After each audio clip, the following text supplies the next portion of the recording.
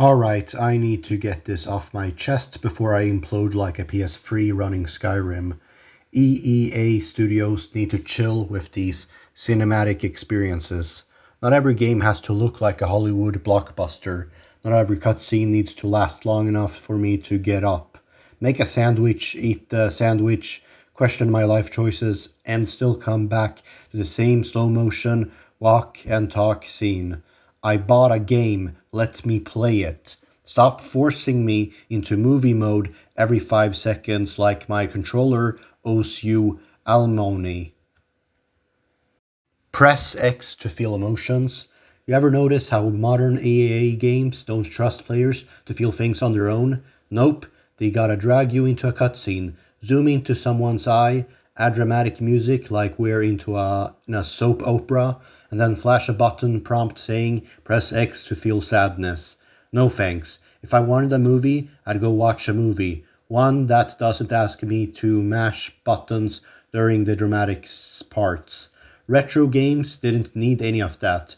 Narrative payoff was beating a boss so hard it exploded into fireworks. The walk and talk plague. Why is every AAA game allergic to letting me move faster than a sad shuffle during story sections? Oh, we can't let the player run here. They might miss Steve's very important backstory about how his pet salamander died. Bro, I don't care. Let me sprint, let me roll, let me jump over a table. These forced slow walking segments make me feel like my character has invisible knee problems. QTEs, quick time errors. And don't even get me started on quick time events. Modern games love slapping a giant flashing circle on the screen like press A to not die painfully. Retro games didn't need QTEs. You survived because you were good, not because you mashed triangle fast enough to impress your console.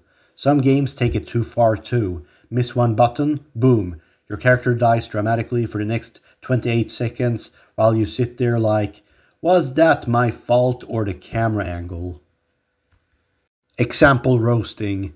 The Order 8086, the movie you accidentally controlled once, this game was gorgeous. Looked like it ate a Hollywood studio for breakfast. But gameplay? Yeah, I think there were maybe 7 minutes of actual playing between the hour-long cutscenes. It's the only game where you can blink and accidentally finish a chapter.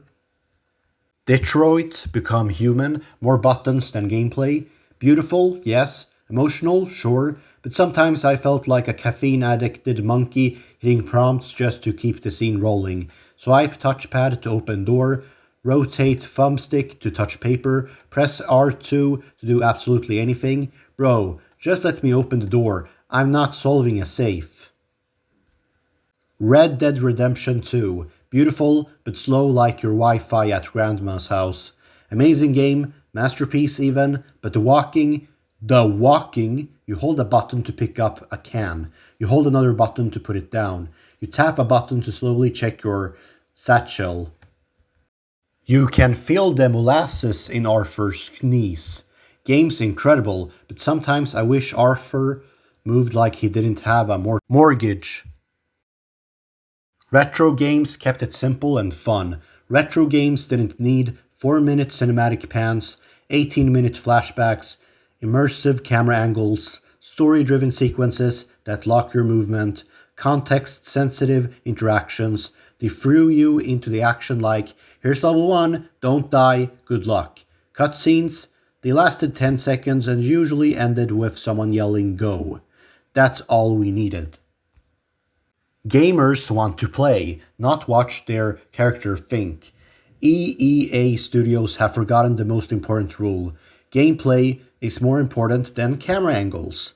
All these cinematic moments feel like the developers trying to win an Oscar instead of making a game that's fun. And I get it, storytelling matters, but if your game spends more time taking control away from me than letting me enjoy it, you made a movie, not a game. Final conclusion. Keep the cinematics, but let me play. So yeah, maybe I sound like the old man yelling at the gaming industry lawn again, but hear me out. I want to play the game. Let me shoot things. Let me explore. Let me jump. Let me do literally anything that isn't waiting for two characters to finish discussing the politics of their space potatoes. Cinematics are cool, movie-like scenes are cool, but when gameplay becomes the side dish instead of the main course, we've got a problem. Retro games knew how to balance fun and storytelling, and they did it with 8 bits and Dream. EEA Studios, stop chasing Oscars and start making games that play well. Because if I want a movie, I'll watch one, without needing to press X for emotional support.